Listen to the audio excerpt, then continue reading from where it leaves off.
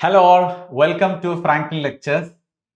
അങ്ങനെ അവസാന വർഷം അല്ലേ, എഞ്ചിനീയറിംഗിന്റെ അവസാന വർഷത്തിലേക്ക് പ്രവേശിച്ചിരിക്കുകയാണ്. ആൻഡ് S7 ആണ് എൻ്റർ ആയിട്ടുള്ളത്. ഓക്കെ, അവസാന നേരങ്ങളിലാണ് ഇപ്പം എല്ലാവരും കോളേജ് ലൈഫ് എൻജോയ് ചെയ്യുക, അല്ലെങ്കിൽ അവസാന മെമ്മറീസുകൾ ക്രിയേറ്റ് ചെയ്യുക എന്നുള്ള ഉദ്ദേശത്തിലായിരിക്കും. നല്ലത് തന്നെയാണ്, അതൊക്കെ വേണം. അതോടൊപ്പം നിങ്ങൾ സബ്ജക്റ്റുകളും കൂടെ നിങ്ങൾ പ്രത്യേകം ശ്രദ്ധിക്കണേ. S7 വളരെ എനിക്ക് തോന്നുന്നു കോർ സബ്ജക്റ്റ് എന്ന് പറയുന്നത് വളരെ കുറച്ചാണ്. പിന്നെയുള്ള കുറച്ച് എലക്റ്റീവുകൾ കുറച്ച് റിലാക്സ് ചെയ്യുന്ന സബ്ജക്റ്റുകളാണ്. അതിൽ ഏറ്റവും അധികം റിലാക്സേഷൻ തരുന്ന ഒരു സബ്ജക്റ്റാണ് ഇൻഡസ്ട്രിയൽ സേഫ്റ്റി എഞ്ചിനീയറിംഗ് എന്ന് പറയുന്നത്. വളരെ സിമ്പിളാണ്, വളരെ വളരെ സിമ്പിളാണ്. ബേസിക്കലി ഇതിപ്പോ നിങ്ങൾ ക്ലാസ്സിൽ ഇരുന്നിട്ടില്ല എങ്കിൽ കൂടെ നിങ്ങൾക്ക് ഒറ്റക്ക് വായിച്ച് പഠിച്ചിട്ട് സ്വന്തം വാക്കാൽ എഴുതാവുന്ന ഒരു സബ്ജക്റ്റാണ് ഇൻഡസ്ട്രിയൽ സേഫ്റ്റി എഞ്ചിനീയറിംഗ് എന്ന് പറയുന്നത്. അത്രയും സിമ്പിളാണ്. അതുകൊണ്ട് നിങ്ങളിത് ഓവർ പ്രഷറൈസ്ഡ് ആയിട്ടൊന്നും ഇരിക്കണം. നിങ്ങൾ എപ്പോഴെങ്കിലും ഒന്ന് ഫ്രീ ആകുമ്പോൾ ഒരു നല്ല മൂഡുള്ള നേരത്ത് എന്ത് ചെയ്യുക, ക്ലാസ് അറ്റൻഡ് ചെയ്യുക, ക്ലാസ് കേൾക്കുക. അപ്പോൾ കുറഞ്ഞ് ഇപ്പോൾ 1.5x സ്പീഡിൽ ഇട്ടാലും വേണ്ടില്ല, നിങ്ങൾക്ക് പെട്ടെന്ന് സംഭവം മനസ്സിലായി കഴിഞ്ഞിട്ട് പിന്നെ നിങ്ങളുടെ സ്വന്തം വാക്കിൽ എക്സാമിൽ എഴുതിയാൽ മതി. അത്ര വലിയ കടുകട്ടി സബ്ജക്റ്റ് ഒന്നും അല്ല ഇൻഡസ്ട്രിയൽ സേഫ്റ്റി എഞ്ചിനീയറിംഗ്. പക്ഷെ ഈ സബ്ജക്റ്റ് പഠിക്കുന്ന ലാഘവമല്ല യാഥാർത്ഥ്യത്തിൽ നമ്മളൊരു ഇൻഡസ്ട്രിയിൽ പോയാൽ ഒരു സേഫ്റ്റിയുടെ കാര്യം എന്ന് പറയുന്നത് വളരെ വളരെ പ്രൈം പ്രയോറിറ്റി കൊടുക്കേണ്ട ഒരു കാര്യമാണ്. ഈ ഇൻട്രൊഡക്ഷൻ ടു സേഫ്റ്റി എഞ്ചിനീയറിംഗ് എന്ന് പറഞ്ഞാൽ സേഫ്റ്റി എഞ്ചിനീയറിംഗ് എന്ന് പറയുന്ന ഒരു ഡിപ്പാർട്ട്മെന്റ് സ്പെഷ്യലൈസേഷൻ തന്നെ ഉണ്ട്. BTech ഉണ്ട്, ഹയർ MTech സൈഡുകളുണ്ട്. സേഫ്റ്റിക്ക് മാത്രം സ്പെഷ്യലൈസ് ചെയ്തിട്ടുള്ള കേസ് ഉണ്ട്.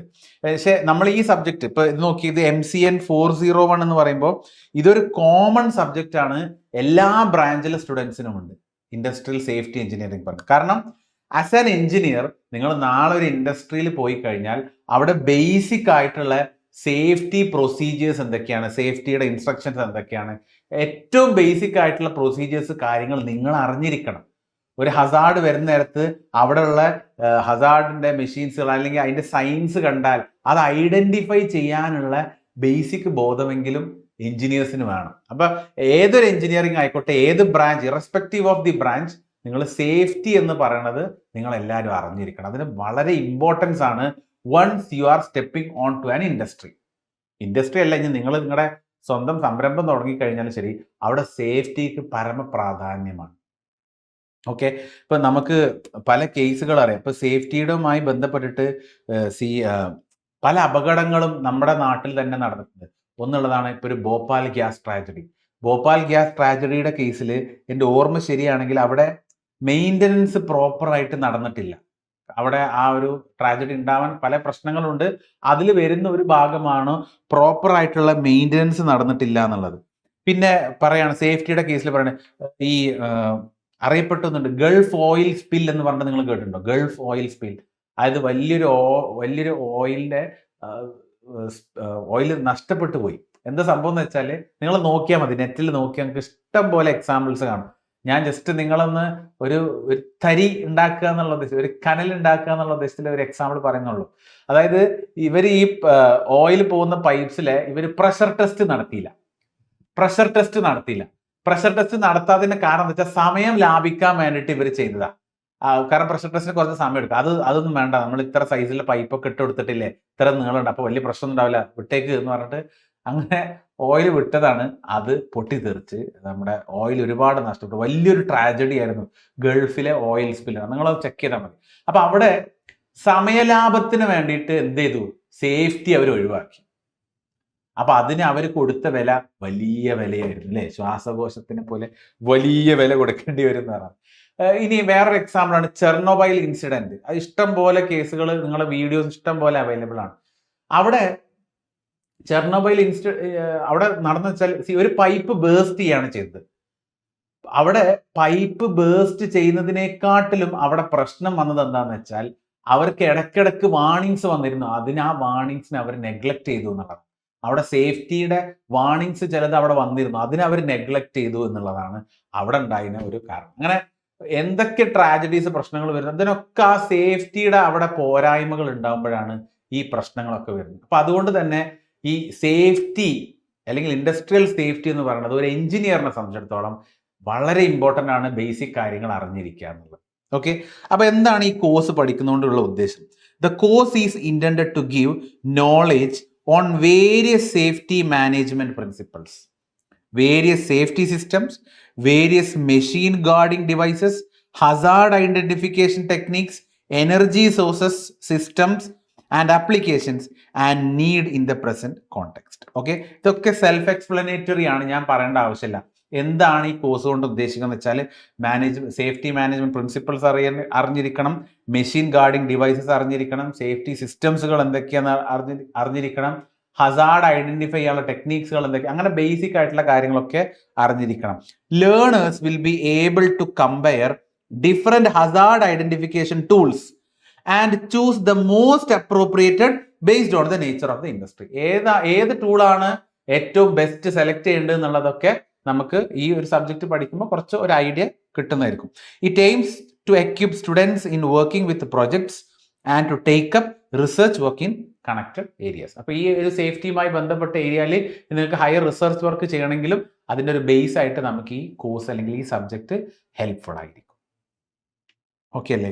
പിന്നെ നിങ്ങൾക്ക് ഇതൊക്കെ പിന്നെ പരിചയമുള്ള കാര്യങ്ങളാണ്, ഞാൻ കൂടുതൽ ഡീറ്റെയിൽ ആയിട്ട് പറയുന്നില്ല. 150 മാർക്കാണ് ഉണ്ടാവുക. അതിൽ 50 മാർക്ക് ഇന്റേണൽ, 100 മാർക്ക് എക്സ്റ്റേണൽ ആണ്. 3 അവർ ആയിരിക്കും എക്സാം. ഇതിൻ്റെ ഒരു ശ്രദ്ധിക്കേണ്ട ഒരു കാര്യം എന്താണെന്ന് വെച്ചാൽ, ഈ സബ്ജക്റ്റ് എന്ന് പറഞ്ഞാൽ മറ്റേ ഇതാണ്, ഈ സബ്ജക്റ്റിന് എന്തില്ല എന്നറിയോ? ക്രെഡിറ്റ് ഇല്ല. ഈ സബ്ജക്റ്റിന് ക്രെഡിറ്റ് ഇല്ല. നിങ്ങൾ ജയിച്ചാൽ പാസ്സാവും, തോറ്റാൽ ഫെയിലാവും. ഉദ്ദേശം നിങ്ങൾക്ക് ബിടെക് ഡിഗ്രി കിട്ടണമെങ്കിൽ ഈ സബ്ജക്റ്റ് പാസ്സാവുക തന്നെ വേണം. അപ്പൊ പാസ്സാവുമ്പോൾ നിങ്ങൾക്ക് 100ൽ 90 കിട്ടിയവനും 100ൽ 40 കിട്ടിയവനും സമമാണ്.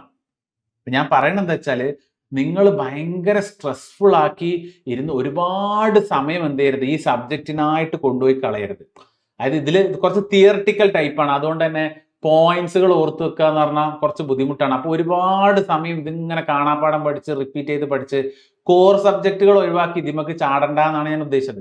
എന്ന് വിചാരിച്ചിട്ട് ഇത് ഫെയിലായാൽ ബിടെക് കിട്ടൂല കേട്ടോ, അത് വേറെ കാര്യം. ഇത് ഫെയിലായി കഴിഞ്ഞാൽ എന്തില്ല, ബിടെക്കും കിട്ടൂല. അപ്പൊ ഇത് ജയിച്ചു കഴിഞ്ഞാൽ പാസ്സാണ്. അതിപ്പോ ജയിക്കാൻ 100ൽ 40 വേണ്ടത്, ജയിക്കാൻ 100ൽ 40 വേണ്ടത്. 40 കിട്ടിയാലും 50 കിട്ടിയാലും 60 കിട്ടിയാലും 70 കിട്ടിയാലും 80 കിട്ടിയാലും 90 കിട്ടിയാലും ഇനി 100 തന്നെ കിട്ടിയോട്ടെ, ഗ്രേഡ് എന്താ? പി. തോറ്റോ? എഫ്. നമ്മുടെ SGPനെയോ CGPനെയോ ഒന്നും എന്ത് ചെയ്യുന്നില്ല, ഇത് ബാധിക്കുന്നില്ല. പക്ഷെ ഞാൻ പറഞ്ഞല്ലോ, ഇത് അത്ര നിങ്ങൾ സിമ്പിളായിട്ട് നിങ്ങൾക്ക് തോന്നാമെങ്കിലും പ്രാക്ടിക്കൽ ലൈഫിൽ ഇതിന് ഭയങ്കര ഇമ്പോർട്ടൻ്റ് ആണ്. അപ്പൊ നിങ്ങൾ ആ ഒരു അർത്ഥത്തിൽ ഇതിനെ സബ്ജക്റ്റിനെ കാണുക, ലാഘവത്തിലെടുക്കാം, എന്നാൽ വളരെ ലാഘവത്തിലെടുക്കുകയും ചെയ്യുക. ഓക്കെ, പിന്നെ നമ്മുടെ ഇന്റേണൽ ഇവാലുവേഷൻ, ഇതൊക്കെ നിങ്ങൾക്ക് അറിയുന്ന. ഇന്റേണലിൽ നമുക്ക് 50 മാർക്ക് എങ്ങനെയാണ് സ്പ്ലിറ്റ്? 25 മാർക്ക് എക്സാം നടത്തിയിട്ടാണ്, 15 മാർക്ക് അസൈൻമെന്റിനാണ്, 40 മാർക്ക് നമുക്ക് പഠിച്ച് നേടേണ്ടതാണ്, 10 മാർക്ക് അറ്റൻഡൻസ് ആണ്. ഇതും പ്രത്യേകം ശ്രദ്ധിക്കണേ. കാരണം ഫൈനൽ ഇയർ ആണ്, ഒരുപാട് നമുക്ക് ചിലപ്പോൾ ടൂർ ഉണ്ടാവും, നമുക്ക് കോളേജിന്റെ ആക്ടിവിറ്റീസ് പലതുണ്ടാവും. ലാസ്റ്റ് ഇയർ ആണ്, ആർട്സ് ഉണ്ടാവും, സ്പോർട്സ് ഉണ്ടാവും, എല്ലാത്തിലും എൻജോയ് ചെയ്ത് നോക്കണം. പല കോളേജിൽ പ്രോഗ്രാംസിൽ പോകണം. ക്ലാസ് ഇത് പിന്നെ ഇൻഡസ്ട്രിയൽ സേഫ്റ്റി അല്ലേ, അതിപ്പോൾ ക്ലാസ്സിൽ ഇല്ലെങ്കിൽ കുഴപ്പമൊന്നും ഇല്ല എന്ന് വിചാരിച്ചിട്ട് അറ്റൻഡൻസ് ഇല്ല എങ്കിൽ 10 മാർക്ക് പോകും. ഇന്റേണൽസ് വെറുതെ കിട്ടുന്ന മാർക്കാണ്, അത് വെറുതെ കൊണ്ടുപോയി കളയണ്ട. ഇപ്പൊ ചോദിക്കും, സാറേ മാർക്കിൽ കാര്യമില്ലല്ലോ, നമുക്ക് ജയിച്ചാൽ പോരെ, എത്ര കിട്ടിയാലും മതിയല്ലോ എന്ന് വെച്ചാൽ കുഴപ്പമില്ല. പക്ഷെ അവിടെ 75% അറ്റൻഡൻസ് നിങ്ങൾ ഉറപ്പുവരുത്തുക കേട്ടോ. എൻ്റെ അഭിപ്രായം ക്ലാസ്സിൽ ഇരിക്കുക. നമ്മൾ ആ ക്ലാസ്സിൽ ഇരിക്കുമ്പോൾ ആ ടീച്ചറിനെ റെസ്പെക്ട് ചെയ്യുന്നതിന് തുല്യമാണ് നമ്മൾ ക്ലാസ്സിൽ ഇരിക്കുക. ചിലപ്പോൾ ആ ക്ലാസ് എടുക്കുന്ന ടീച്ചറിന്റെ ക്ലാസ് പരമ ബോറ് ക്ലാസ് ആയിരിക്കും, മടുത്ത് പണ്ടാറടങ്ങും. അല്ലെങ്കിൽ ചിലർ പറയില്ലേ, സാറേ തൊട്ടിലിട്ടിട്ട് ആട്ടി ഉറക്കുന്ന പോലെയാണ് ആ ക്ലാസ്. ആ ക്ലാസ്സിൽ കയറിയ ഉറങ്ങിയിരിക്കും, ഏത് ഉറങ്ങാത്തവന് ഉറങ്ങിയിരിക്കും എന്നൊക്കെ പറയും. അപ്പൊ നമ്മൾ ക്ലാസ് എടുക്കുന്ന ടീച്ചേഴ്സിന് റെസ്പെക്ട് കൊടുക്കുക എന്നുള്ള അർത്ഥത്തിൽ, അപ്പൊ ബോറിംഗ് ക്ലാസ് ആണെങ്കിൽ അവിടെ പോയി ഇരിക്കുക ഫിസിക്കലി, സോ ദാറ്റ് നമുക്ക് ആ 10 മാർക്ക് എന്ത് ചെയ്യണ്ട, വെറുതെ കൊണ്ടുപോയി കളയണ്ട. ക്ലിയർ? പിന്നെ ഇന്റേണൽ എക്സാം വരുന്ന രീതിയാണ്, ഇതിൽ നമുക്ക് 5 മൊഡ്യൂളുകളാണ് ഉള്ളത് അല്ലെ. അപ്പൊ ആദ്യത്തെ എക്സാം നടക്കുമ്പോൾ, ഫസ്റ്റ് സീരീസ് എക്സാം നടക്കുമ്പോൾ ഇവിടെ ഫസ്റ്റ് സീരീസ് എക്സാം, അതായത് 25 മാർക്കാണ് രണ്ടെണ്ണത്തിനും കൂടെ. അപ്പൊ ഫസ്റ്റ് സീരീസ് എക്സാമും സെക്കൻഡ് സീരീസ് എക്സാമിലും ഓരോന്നിന്റെയും ഷെയർ 12.5 വെച്ചിട്ടായിരിക്കും. ഓക്കെ, അപ്പൊ എത്ര മൊഡ്യൂൾ കഴിയേണ്ടി വരും? ഫസ്റ്റ് എക്സാം കഴിയുമ്പോൾ 2.5 മൊഡ്യൂൾ ആയിരിക്കും, അടുത്ത 2.5 മൊഡ്യൂളാണ് സെക്കൻഡ് സീരീസിന് നടക്കുക. ഈ 2.5 മൊഡ്യൂളിൽ എങ്ങനെയാണ് നോക്കിയ എക്സാമിന് വരുന്നത്? Each of the 2 internal exam has to be conducted out of 50. ഓരോന്ന് 50 വെച്ചിട്ട് നടത്തണം. ആ 50 മാർക്കിനെ പിന്നെ 12.5 ആക്കിയിട്ട് കൺവേർട്ട് ചെയ്യാണ് ചെയ്യുക. First series exam shall be conducted after completing the first half of the syllabus. അതായത് 2.5 മൊഡ്യൂൾ, 5 മൊഡ്യൂളാണ് ഫസ്റ്റ് ഹാഫ് എന്ന് പറഞ്ഞാൽ 2.5 മൊഡ്യൂൾ. 2 മൊഡ്യൂൾ കംപ്ലീറ്റും 3ാമത്തെ മൊഡ്യൂളിന്റെ പകുതിയും. And the second series test shall be preferably conducted after completing the remaining part of the syllabus. 3ാമത്തെ മൊഡ്യൂളിന്റെ ബാക്കിയും പിന്നെ 4ഉം 5ഉം കൂടെ കഴിഞ്ഞിട്ടാണ് സെക്കൻഡ് സീരീസ് വരേണ്ടത്. അപ്പൊ എങ്ങനെയാ വരുന്നത്? പാർട്ട് എ ഉണ്ടാവും, പാർട്ട് ബി ഉണ്ടാവും. പാർട്ട് എയിൽ 5 ക്വസ്റ്റ്യൻ ഉണ്ടാവും. പാർട്ട് എയിൽ അങ്ങനെ ആയിരിക്കും. പാർട്ട് എയിൽ 5 ക്വസ്റ്റ്യൻ ഉണ്ടാവും. അതിൽ മൊഡ്യൂൾ 1ൽ നിന്ന് പാർട്ട് എയിൽ 2 ക്വസ്റ്റ്യൻ, മൊഡ്യൂൾ 2ൽ നിന്ന് 2 ക്വസ്റ്റ്യൻ, മൊഡ്യൂൾ 3 പകുതി എടുത്തിട്ടുണ്ടാവും, അതിൽ നിന്ന് 1 ക്വസ്റ്റ്യൻ. ഓരോ ക്വസ്റ്റ്യൻ ഉണ്ടാവുന്ന മാർക്ക് എത്രയാണ്? 3 മാർക്കാണ്. അപ്പൊ മൊത്തം 15 മാർക്കാണ് പാർട്ട് എയിൽ ഉണ്ടാവുക. ഓക്കെ, ഇനി പാർട്ട് ബി നോക്കിയേ. പാർട്ട് ബി നോക്കുകയാണെങ്കിൽ 7 ക്വസ്റ്റ്യൻസ് ഉണ്ടാവും. അതായത് ഫസ്റ്റ് മൊഡ്യൂളിൽ നിന്ന് 3 ക്വസ്റ്റ്യൻ, സെക്കൻഡ് മൊഡ്യൂളിൽ നിന്ന് 3 ക്വസ്റ്റ്യൻ, ഇൻകംപ്ലീറ്റ് ആയ മൊഡ്യൂൾ പകുതി മൊഡ്യൂളിൽ നിന്ന് 1 ക്വസ്റ്റ്യൻ. അപ്പൊ മൊത്തം 7 ക്വസ്റ്റ്യൻ ഉണ്ടാവും. ഇതിൽ നിന്ന് 5 ക്വസ്റ്റ്യൻ എഴുതിയാൽ മതി. ഓരോ ക്വസ്റ്റ്യൻ 7 മാർക്ക് വെച്ചിട്ട് 35 മാർക്കാണ് പാർട്ട് ബിക്ക് ഉണ്ടാവുക. ക്ലിയർ? 35ഉം 15ഉം 50 മാർക്ക്. ആ 50 മാർക്കിന് എത്രയാണോ കിട്ടിയ മാർക്ക് അത് 12ലേക്ക് എന്ത് ചെയ്യും? അത് ഷിഫ്റ്റ് ചെയ്യും. പിന്നെ യൂണിവേഴ്സിറ്റി എക്സാം നിങ്ങൾക്ക് അറിയാം. പാർട്ട് എ ഉണ്ടാവും, പാർട്ട് ബി ഉണ്ടാവും. പാർട്ട് എയിൽ 10 ക്വസ്റ്റ്യൻസ് ഉണ്ടാവും. ഓരോ മൊഡ്യൂളിൽ നിന്ന് 2 question. Each question will carry 3 marks. Part ബിയിൽ എസ് എ പാർട്ടാണ്. എസ് എ പാർട്ടിൽ 14 മാർക്സ് ആണ്. 2 ഓർ ക്വസ്റ്റ്യൻ ആയിട്ടായിരിക്കും ഓരോ മൊഡ്യൂളിൽ നിന്നുണ്ടാവുക. ഏതെങ്കിലും ഒന്ന് എഴുതുക. സബ് ഡിവിഷൻസ് ഉണ്ടാവും. Sub divisions maximum 2 sub divisions വരെ. അതായത് 14 മാർക്ക് ചിലപ്പോൾ 10-4 അല്ലെങ്കിൽ 8-6 അല്ലെങ്കിൽ 7-7 എന്നുള്ള അർത്ഥത്തിൽ എന്ത് ചെയ്യാം? വരാം. ഇനി ഇതിന്റെ സിലബസ് നമുക്ക് നോക്കാം. വളരെ സിമ്പിൾ ആണ്. വളരെ സിമ്പിൾ എന്ന് പറഞ്ഞു കഴിഞ്ഞാൽ നോക്കിയേ, ഫസ്റ്റത്തെ മൊഡ്യൂൾ നമുക്ക് പഠിക്കാനുള്ളത് എന്താ നോക്കിയേ? Need for safety, safety productivity പറഞ്ഞാൽ എന്താ, ഡെഫിനിഷൻസ്, ആക്സിഡന്റ് എന്ന് പറഞ്ഞാൽ എന്താ, ഇഞ്ചുറി എന്താ, അൺസേഫ് ആക്ട് എന്ന് പറഞ്ഞാൽ എന്താ, അൺസേഫ് കണ്ടീഷൻ എന്ന് പറഞ്ഞാൽ എന്താ, dangerous occurrence, reportable accidents, theories of accident accusation, accident causation, accusation അല്ല കോസേഷൻ, സേഫ്റ്റി ഓർഗനൈസേഷൻ, സേഫ്റ്റിയുടെ ഒബ്ജക്റ്റീവ്സ്, അതിന്റെ ടൈപ്സ്, അതിന്റെ ഫങ്ഷൻസ്, സേഫ്റ്റി പോളിസി എന്താ, role of management, supervisor, safety ഓഫീസറിന്റെ റെസ്പോൺസിബിലിറ്റി, സേഫ്റ്റി കമ്മിറ്റിയുടെ നീഡ്, ടൈപ്പ്. വളരെ ബേസിക് പറഞ്ഞാൽ ഞാൻ പറഞ്ഞില്ലേ, നമ്മൾ ഭക്ഷണമൊക്കെ കഴിച്ചു കഴിഞ്ഞ് ഒന്ന് പറ്റ ഉറങ്ങിക്കിടക്കുന്ന കോലത്തിലായിരുന്നു, ഒന്ന് ഫ്രീ മൈൻഡ് ആകുമ്പോൾ ഇരുന്ന് വായിച്ചാൽ വേഗം കയറി ഉറങ്ങാൻ പറ്റുന്ന ടൈപ്പ് ടോപ്പിക്കുകളാണിത്. അപ്പൊ ഇതിൽ ശ്രദ്ധിക്കേണ്ടത്, ഈ സബ്ജക്ട് പഠിക്കുമ്പോൾ നിങ്ങൾ ഒന്ന് ഉണർന്നിരിക്കണ നേരത്ത്, നല്ല നമ്മളിങ്ങനെ എക്സൈറ്റ് ആയി നിൽക്കണ നേരത്ത് നിന്നാൽ ഒറ്റ പ്രാവശ്യം വായിച്ചാൽ ഈ കാര്യങ്ങളൊക്കെ തലയിൽ ഓർമ്മ ഉണ്ടാവും. പിന്നെ നിങ്ങളുടെ സ്വന്തം വാക്കിൽ എന്ത് ചെയ്യുക? ഇറക്കി കൊണ്ടുവരാം കേട്ടോ. അപ്പൊ ഇവിടെ മെയിൻലി ഈ ഫസ്റ്റ് മൊഡ്യൂൾ എന്ന് പറഞ്ഞാൽ മെയിൻലി ഇവിടെ ഒരു എന്താ പറയാ, ഇത് മെയിൻലി ഒരു സേഫ്റ്റിയുടെ ഒരു ഇൻട്രൊഡക്ഷൻ ആണ്. സേഫ്റ്റിയുടെ ഒരു ഇൻട്രൊഡക്ഷൻ ആണ് ഫസ്റ്റ് മൊഡ്യൂൾ എന്ന് വേണമെങ്കിൽ പറയാം. മൊത്തം യൂണിവേഴ്സിറ്റി പറയണത് ഇതിന് 5 മണിക്കൂറാണ് ഇതിന് ചെലവാക്കേണ്ടത്. ഈ മൊഡ്യൂൾ തീർക്കാൻ 5 മണിക്കൂർ. നമുക്ക് 5 മണിക്കൂർ വേണ്ടി വരില്ല ഈ മൊഡ്യൂൾ തീർക്കാൻ. ഓക്കെ, അത്രയും സിമ്പിൾ ആയിട്ടുള്ള കാര്യമാണ്.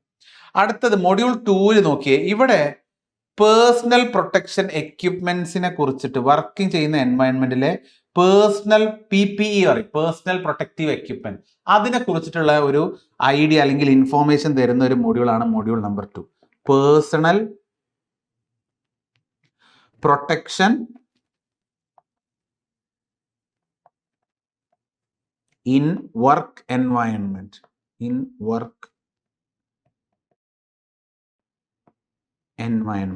ഈ മൊഡ്യൂളിന് യൂണിവേഴ്സിറ്റി പറയണത് 7 മണിക്കൂർ കൊണ്ട് ഈ മൊഡ്യൂൾ തീർക്കണം. ഇതൊക്കെ തിയറിയാണ്. നിങ്ങൾ നോക്കിയേ, personal protection in work environment general ആണ്.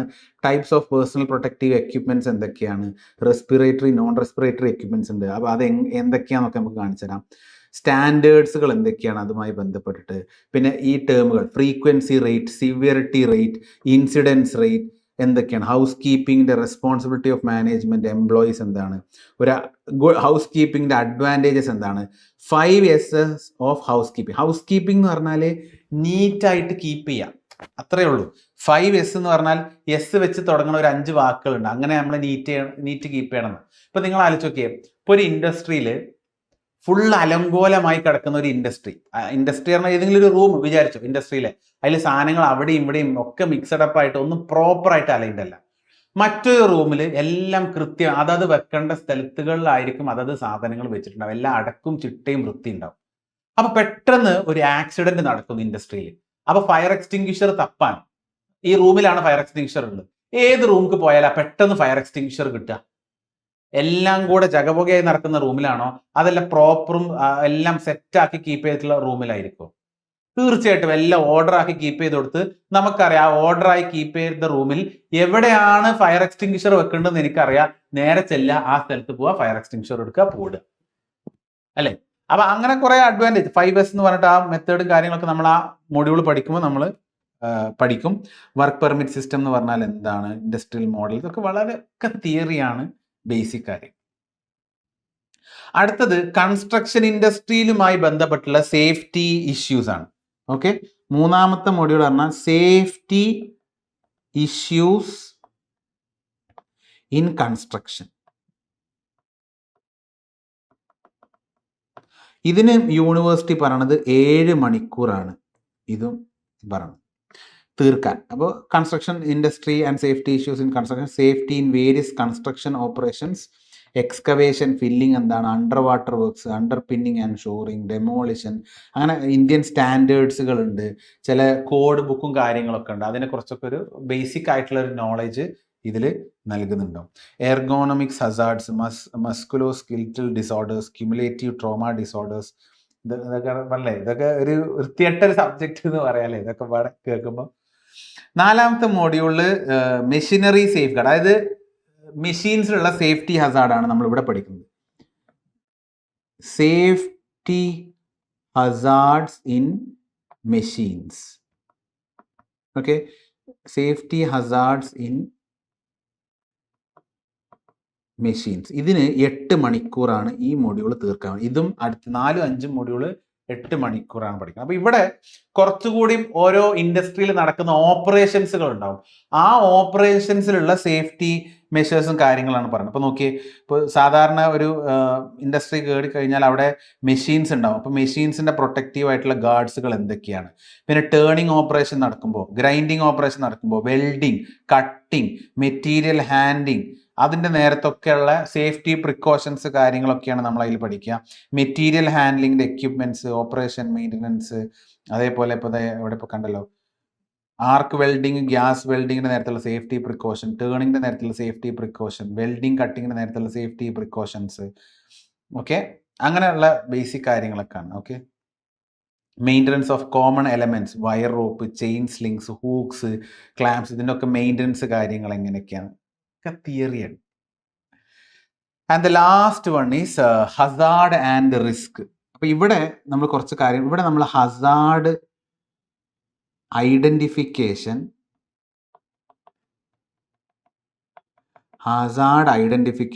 ആൻഡ് അതിൻ്റെ അനാലിസിസുമാണ് നമ്മൾ ഈ മൊഡ്യൂളിൽ പഠിക്കുക.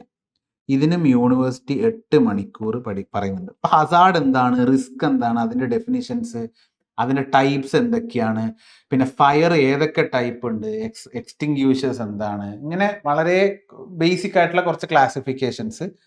പിന്നെ ഹസാർഡ്സിനെ ഐഡന്റിഫൈ ചെയ്യുന്ന കാര്യം, ഫയർ ആൻഡ് എക്സ്പ്ലോഷൻ ഹസാർഡ് എന്താണ്, Dow fire and explosion hazard index എന്തൊക്കെയാണ്, അതൊക്കെ നമ്മൾ പഠിക്കും. പിന്നെ ഹസോപ്പ് വളരെ ഇമ്പോർട്ടൻ്റ് ആണ്, ഹസാർഡ് ആൻഡ് ഓപ്പറേബിലിറ്റി സ്റ്റഡി എന്ന് പറഞ്ഞിട്ട് എന്താണ് അത്, അതിൻ്റെ മെത്തഡോളജി എന്താണ്, അതിൻ്റെ അനാലിസിസുകൾ എങ്ങനെയൊക്കെയാണെന്നൊക്കെ നമ്മൾ ബേസിക് ആയിട്ട് പഠിക്കുന്നുണ്ട്.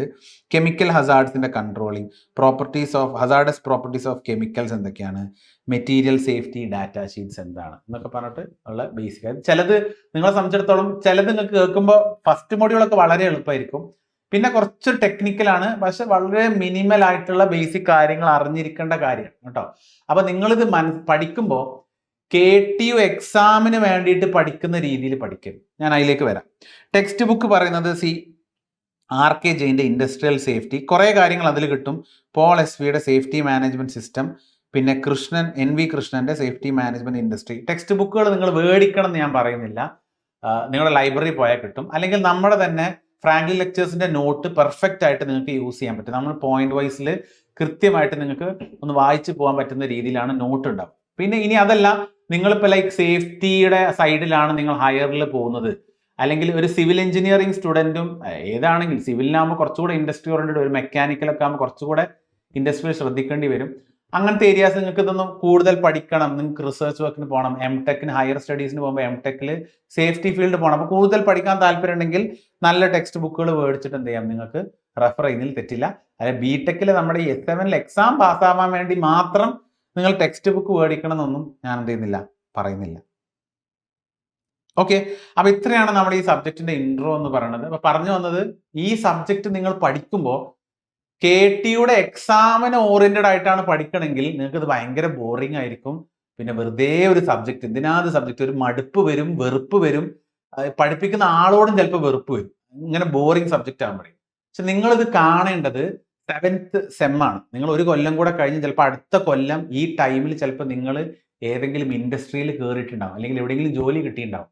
അപ്പൊ അങ്ങനെ ഒരു ഇൻഡസ്ട്രി കയറുമ്പോൾ അവിടെ നമുക്ക് അറിഞ്ഞിരിക്കേണ്ട ഏറ്റവും ബേസിക് സേഫ്റ്റി ആയിട്ടുള്ള പ്രിൻസിപ്പിൾസ് ആണിത്. ഇതൊന്നും അറിയാതെ അവിടെ ചെന്നിട്ട് നമ്മൾ എഞ്ചിനീയേഴ്സ് ആണെന്ന് പറഞ്ഞു പോയാൽ മാനക്കേടായിരിക്കും. അപ്പൊ അങ്ങനെ ഒന്ന് ഇതൊരു ഐഡിയ കിട്ടണം, എന്താണിത്, ആ ഒരു മെന്റാലിറ്റിയിൽ ഈ സബ്ജക്റ്റ് വായിച്ച് മനസ്സിലാക്കാൻ നോക്കുക. എക്സാം ഓറിയന്റഡ് ആയിട്ട് മാർക്കിന് വേണ്ടി പഠിച്ചാൽ അത് ബോറിംഗ് ആണ്, കഴിയൂല, ഒരു വൃത്തികെട്ട സബ്ജക്റ്റ് ഒന്നും. പക്ഷെ നമ്മൾ സ്വന്തം ഇത് നാളെ എനിക്കൊരു ഉപകാരപ്പെടും എന്നുള്ള ചിന്തയിൽ ഇത് കേട്ടിരുന്നാൽ കുറച്ചും കൂടെ ബെറ്റർ ആയിരിക്കും എന്ന് തോന്നുന്നു. ഓക്കെ, അപ്പൊ നമ്മൾ ക്ലാസ് എടുക്കുമ്പോൾ വളരെ പിൻ പോയിന്റ് ആയിട്ടായിരിക്കും എടുക്കുക. വളരെ നീട്ടി വലിച്ചെടുത്ത് കഴിഞ്ഞാൽ തന്നെ അത് ഭയങ്കര ബോറിംഗ് ആയിരിക്കും അല്ലേ. നിങ്ങൾ ആലോചിച്ചൊക്കെ, എന്താണ് സേഫ്റ്റി, എന്താണ് ആക്സിഡന്റ് എന്നൊക്കെ പറഞ്ഞ് ഞാനിങ്ങനെ സ്ലൈഡും ഇതൊക്കെ കൊണ്ടുവന്ന് ഒരു അരമണിക്കൂർ 2 മണിക്കൂറൊക്കെ ക്ലാസ് എടുത്താൽ ആര് കാണാനത് അല്ലേ. അപ്പൊ നമ്മൾ ക്ലാസ് എടുക്കുമ്പോൾ നമ്മൾ പിൻ പോയിന്റ് ആയിട്ട് നിങ്ങൾക്ക് ബോറിംഗ് ആവാത്ത രീതിയിൽ മാക്സിമം നമ്മൾ ട്രൈ ചെയ്തു വളരെ പിൻ പോയിന്റ് ആയിട്ട് എടുക്കാൻ വേണ്ടിയിട്ട് ശ്രമിക്കും. പക്ഷെ ആ പോയിന്റ് നോട്ട്സ് നിങ്ങൾ കൃത്യമായിട്ട് പഠിച്ചിട്ട് എക്സാം ജയിക്കണം, അതൊരു ഫാക്ടറാണ്. അതിലുപരി നിങ്ങൾക്ക് വലിയ വലിയ ടെക്സ്റ്റ് ബുക്കുകൾ വായിച്ച് ഒരുപാട് സമയം കളണ്ട വെച്ചിട്ട് പിൻ പോയിന്റ് ആയിട്ടുള്ള നോട്ട്സ് ആയിരിക്കും നമ്മുടെ ഫ്രാങ്ക്ലിൻ ലെക്ചേഴ്സിൽ ഉണ്ടാവും. അപ്പൊ ഞാൻ ഒറ്റക്കാവില്ല, നമ്മുടെ ഗ്രൂപ്പ് ഓഫ് ഒരു ടീച്ചേഴ്സ് ആയിരിക്കും ഈ സബ്ജക്ട് എടുക്കുക. ശരിക്കും ഈ സബ്ജക്ട് എടുക്കേണ്ടത് എൻ്റെ ഒരു അഭിപ്രായത്തിൽ അതിന്റെ എക്സ്പേർട്സ് ആയിട്ടുള്ള ലൈക്ക് സേഫ്റ്റിയുടെ എഞ്ചിനീയേഴ്സ് ആയ ആൾക്കാർ എടുക്കുമ്പോൾ അവർക്ക് ഒരുപാട് എക്സാമ്പിൾസും അവരുടെ ജീവിതാനുഭവം ഒക്കെ പറഞ്ഞു വരുമ്പോൾ രസകരമായിട്ട് ഈ സബ്ജക്ട് എടുക്കാൻ പറ്റും. ഓക്കെ, പിന്നെ ഇത് ഹാൻഡിൽ ചെയ്യാൻ പറ്റുന്നത് സിവിൽ എഞ്ചിനീയറിംഗ്, മെക്കാനിക്കൽ എഞ്ചിനീയറിംഗ് ഒക്കെ എടുത്ത സ്റ്റാഫുകൾക്കും കുറച്ച് ബേസിക് കാര്യങ്ങൾ ഇതിൽ എടുക്കാൻ പറ്റും. അപ്പൊ നമ്മളൊരു ഗ്രൂപ്പ് ഓഫ് ടീച്ചേഴ്സ് ആണ്, പല പല ഏരിയാസിൽ സ്പെഷ്യലൈസ്ഡ് ആയ ടീച്ചേഴ്സ് ആണ്. അതിന്റെ പല മോഡ്യൂൾസുകൾ എടുക്കുക. ചിലപ്പോൾ ഒരേ ടീച്ചേഴ്സ് തന്നെ 2 മോഡ്യൂളൊക്കെ എടുക്കുന്നുണ്ടാവും. അപ്പൊ ഏതായിരുന്നാലും നമുക്ക് നമ്മുടെ ഇൻട്രോ വീഡിയോ നമുക്ക് ഇവിടെ അവസാനിപ്പിക്കാം.